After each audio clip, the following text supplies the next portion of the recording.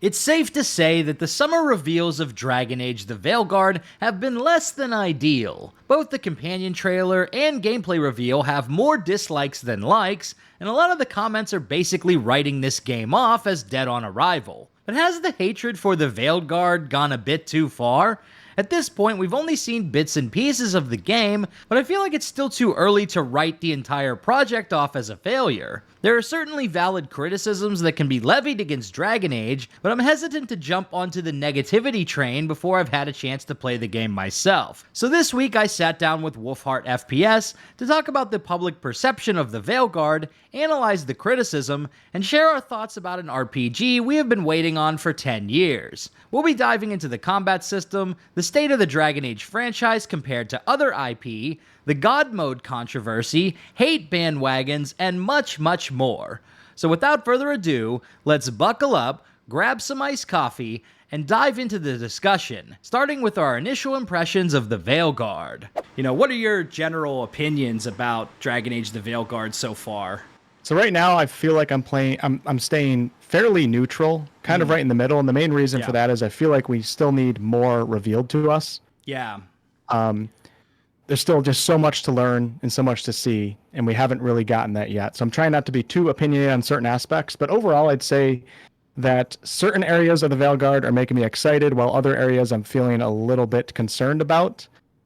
Story-wise, possibly companions and world building, I'm trying to stay optimistic about. Yeah. And then gameplay aspects, from what we saw, although it was pretty low level and it's the beginning of the game, I'm a little bit concerned as someone who really values like kind of deep RPG systems and mechanics. I'm a little bit concerned that this game may be a little bit too streamlined in that regard.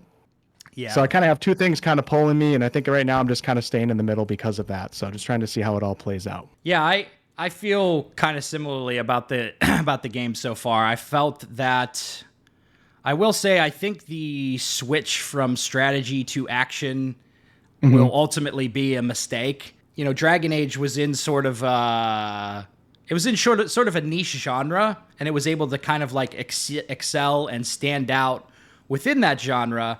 And it was one of the games that kind of brought like real time with pause strategy combat like to mainstream audiences. Kind of like Baldur's Gate 3 brought turn-based combat to mainstream audiences. But when you switch to action games, now you're being directly compared to games like Elden Ring and Grand Blue Fantasy Relink and all of these action games that have come out. And there's tons of action RPGs, and I just don't think that, at least from what we've seen so far, and again, like you said, we've seen like low-level gameplay, maybe it gets more interesting when you have more abilities and stuff like that. Also, we haven't seen like what a warrior looks like or what a mage looks like in terms of our side of the gameplay. But from what we've seen, it just doesn't look like it's going to be as impressive as playing something like Elden Ring. And it's going to be directly compared to those types of games. So I think, it seems like BioWare wanted to chase for a more broad mainstream audience, because like action games just have a bigger market than more like hardcore strategy stuff does. But if you're not capable of putting out a product that is as high quality as things like Elden Ring, and it's like not like you have to build like a Souls-like system or be as good as that, but like to be able to stand in those sort of circles, I think it's going to make the game look worse. So that is definitely, for myself, that's definitely where I start going more a little bit on the negative side due to the streamlining nature of the game, just because I'm coming from the perspective of someone who does value the deep RPG gameplay mechanics. Yeah. I do want to quickly just touch back on what you just said. It was an interesting point that you brought up about Dragon Age being a little bit niche and then bringing action combat into it, because I have to think of a game, thinking of a game like Hogwarts Legacy, for example. They had a pretty streamlined game with the very basic action combat. It was pretty fun, though. But that's Hogwarts Legacy. So you're pulling an audience of non-gamers into that game. My sister was playing. Everybody I know was playing that game. They play games. But like you mentioned, Dragon Age does feel a little bit more niche. It's part of like that core RPG crowd that kind of formed the industry to where it's at right now. And they're going in that route. but they're not going to have that appeal necessarily of that a game like Hogwarts Legacy would have, where you have all these people coming in that don't really analyze gameplay systems and mechanics. So I just thought it was interesting that you brought that up, because I do agree that it's a move to try to pull in an audience that might not necessarily be there, and then you're going to have the comparisons between the games that actually focus and do those aspects well. I just thought that was interesting. Yeah. Yeah, and I think too, one of the things that's been interesting for me is seeing how existing Dragon Age fans are reacting to the game versus people who are like have never played Dragon Age. So I remember I watched Asmongold's coverage of the initial gameplay reveal, and it's like he's never played a Dragon Age game before. He doesn't have any of the investment in the series, and he was just kind of like, yeah, I don't feel like this passes the vibe check. In a tier list of Dragon's Dogma 2, Final Fantasy 16, Grand Blue Fantasy Relink, Stellar Blade, Wuthering Waves, I mean, Assassin's Creed Shadows completely shits on this. It's so much better. And I feel like, you know, for a lot of people, that might end up being the case. Obviously, both of us were fans of the series. We've played like Origins and Inquisition and all those games. And, you know, for a lot of us, we're invested in where the story's going to go. But I think, you know, Inquisition came out 10 years ago. There's a lot of people who have gotten into gaming since then, who this is going to be their first foray into the Dragon Age series. And, you know, is it going to stack up for a new audience? I'm very curious. It will be interesting to see how that plays out. I'm so curious how, like you mentioned, Asmongold, like somebody who hasn't played Dragon Age, I want more opinions on what they view the Veilguard as right now, because like the name Dragon Age doesn't necessarily mean a lot to them. Like Hogwarts Legacy means so much to so many people, and they don't care. They're just going to come in and play it. It's interesting to hear those opinions. The 3 abilities, the less control over the companions, all that stuff that takes away control and RPG mechanics that add some depth to systems, it's all just not good for myself personally.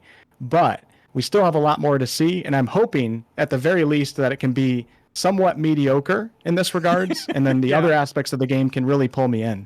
I mean, I'm playing Inquisition right now, and I like the combat in all the Dragon Age games. I'm playing Inquisition right now, and I actually, for the first time maybe in my life, I stopped caring about the combat while I was playing, and I downed it from nightmare mode down to normal, because I was like, I really just want these stories and these companions. I'm really excited. I'm just going to treat these combat encounters as like little cinematic scenes that don't really require that much skill or thinking, and I'm going to get right into the meat of what I'm here for, the companions and the story. I'm hoping that the Veilguard can do that with me, because I am concerned about the gameplay mechanics. But you know, at this point, I'm remaining kind of like cautiously optimistic. I'm like, I'm not getting too hyped, but I'm not going to totally write the game off. I agree with the cautiously optimistic. I'm staying the same way as you, and I do think that the hate is overblown. But at the same time, I like totally understand where the hate is coming from. Think about EA too. Okay, so EA, was it 2013 and 2012 or something like that? They won Consumerist, like worst company in America, back to back. And this isn't just gaming companies. This is beating like companies like Bank of America and stuff like that. And that was in the past, but you're working off of that. And then you also mentioned Andromeda and a few of other BioWare's recent games that haven't really, at least from a public perception, haven't really been successful. And then they released the reveal trailer, which doesn't look anything like previous Dragon Age games. It all makes sense to me why it's become what it's become, even though I do think people are overreacting. And I appreciate people like you that are able to stay cautiously optimistic, because we do need people that are willing to analyze this and not get caught up in all the emotions of it. I think that's been one of the most interesting things to watch with the Dragon Age coverage so far, because like I wonder if we had like an alternate reality where they didn't drop that like character trailer first and they had showed the gameplay reveal first, if people would have like at least there'd be less negativity around the game. Because I do feel like in today's day and age, a lot of people, they make a decision, they get a first impression, they make a decision about something, and then they never change that regardless of any new information or things that are presented to them. One of the interesting things I noticed with the companion reveal trailer followed by like the gameplay reveal is that even on the gameplay reveal, which I felt like had a different art style and a darker art style that was like closer to stuff we've seen in the past, people were still leaving comments like, oh, this looks like Borderlands or Fortnite or Overwatch and stuff like that. And it's like, I agree with that on the character trailer because it was more like stylized and stuff like that. But it's like people took that opinion of the first thing and then have just applied it to the entire project, even though the stuff we've seen after that doesn't have the same vibe, at least in my opinion. Yeah, I think the gameplay reveal definitely amended a few things. Is that a word? Well, it is now. Yeah. I think it made things a little bit better. And I do agree that the overall vibe was much better than what we saw in the reveal trailer. But there are a couple things that I did notice that still kind of had me a little bit not saddened. Sure, we'll say saddened. Was even though the overall looked like the reveal trailer, there was certain aspects such as like the pride demons. And certain demons that still have that Pixar cartoony-ish look, I guess you could say. Yeah. So I see where people are coming from with that, but I do agree that overall the gameplay reveal trailer made me feel a little bit better than what we saw. I'm of the mind always, like, I want to play a game first before I make a full opinion on it. I do think it's right to criticize stuff you see and like, try to form opinions off of it, but like I always try to wait for my final judgment on something until I've actually played it. And I hope that people will take the same approach with this game, people who are like, because I think people are predicting like the game's going to be bad, and they might be right, but like, let's see the game as it is. Let's see what, and this is not to say that you have to run out and buy a game that you don't know whether it's going to be good or not and play it for yourself. Wait till it comes out. You can watch reviews, you can watch people streaming it, you can get the vibe of it at that point and kind of decide. But, for me personally, as someone who, I don't do tons of game reviews, but like I cover games and stuff like that.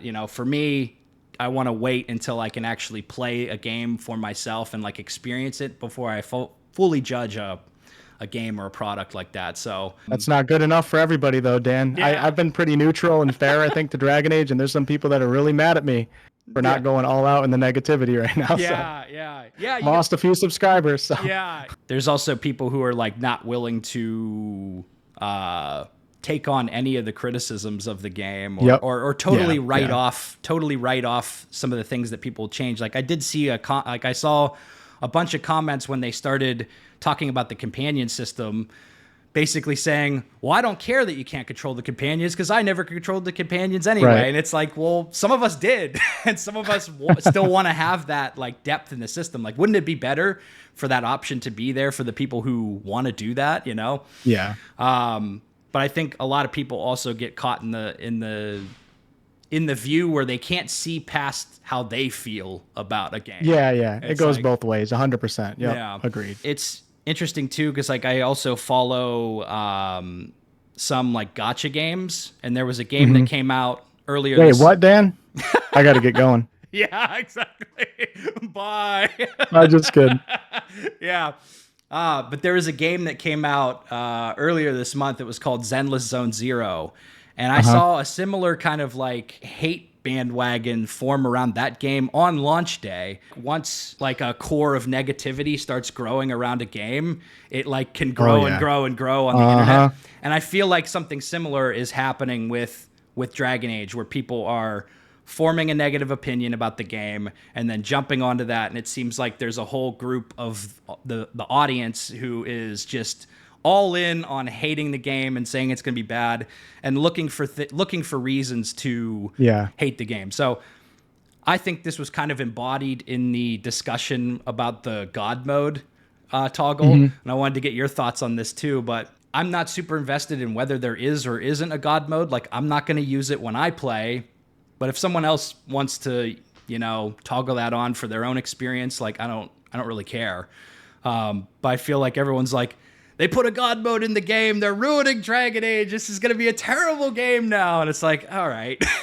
It was one of those things where it's just like, I felt like people were nitpicking something to fuel further negative sentiment about the game, to basically go, here's another example of why this game is going to be bad. I'm confirming my own thoughts on it. So I wanted to get your thoughts on what you thought about the God mode. I agree, and I don't care really at all. When you look at Dragon Age as like a franchise, one of the core design pillars is not difficulty.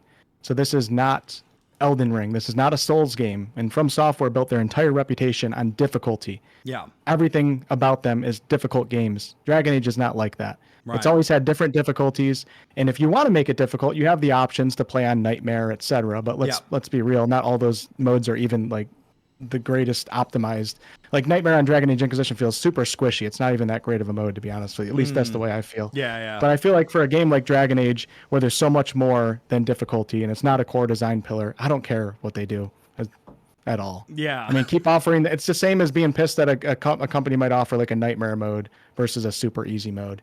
And I always bring up this opinion too. Like if you're a decent gamer, like a game offering an easy mode or a story mode is essentially God mode to you as a player. You're never going to die. You're never going to get hurt. Like it doesn't make a damn difference. So who cares if they take it a little bit further for a game like this? I don't care. So. Yeah. Like, I think for most of us, if we were to toggle on easy difficulty, it's like you probably would never die. Yeah. I didn't think about it like that. It's like you can technically die, but like it's essentially God mode if you if you've played some video games and you have a functioning brain, I guess. What's your final hopes for Dragon Age The Veilguard? What are you really hoping to see out of this experience? Really hoping that the story has some agency and we can affect certain outcomes story-wise. Really hoping that the world building is expanded upon in a meaningful way that respects the previous lore. And as far as gameplay goes, I'm really hoping that it's at least kind of fun. If it turns out to be really fun, that's great. But like I said, as someone who really values deep RPG systems, I don't see any world where what we've seen so far is going to be something that I'm always excited to play. Maybe a couple sessions, but hoping that it turns out at least mediocre or somewhat fun, and then the rest of the game really pulls me in because I am a huge fan of Dragon Age lore. I think it's some of the best lore out there, to be honest with you. But yeah, overall, staying pretty neutral right now, waiting for more information, and I think similar to you. Yeah, I agree with all of that. I feel, I'm gonna keep that cautious optimism. Like what we've been shown so far has not been enough for me to like go full bore and get super excited and hop on the bandwagon of people who are, just head over heels for this game. I'm just cautiously optimistic. And I think for me, the story and the writing are probably going to be what makes or breaks this game. I think as long as the combat is, fun enough and serviceable, that will be good enough for me as long as the story and the agency are there. Because, I mean, one of the things that draws me into RPGs is just seeing all those branching paths. And it's been one of the things that's been most exciting about playing games like Mass Effect and Dragon Age over the years is just seeing like, okay, if I make this choice, where does the story go? If I make that choice, where's the story go? Yeah, just wanted to thank you again for coming on, sharing your thoughts about Dragon Age The Veilguard and, what we got coming down the pike. And, looking forward to seeing more. How about why is it called The Veilguard and not Veilguard? Man, yeah, that's another big one. Yeah, it's like we could have called it Dave, but now we got to call it Dave. like Datv or something. And it's like, the.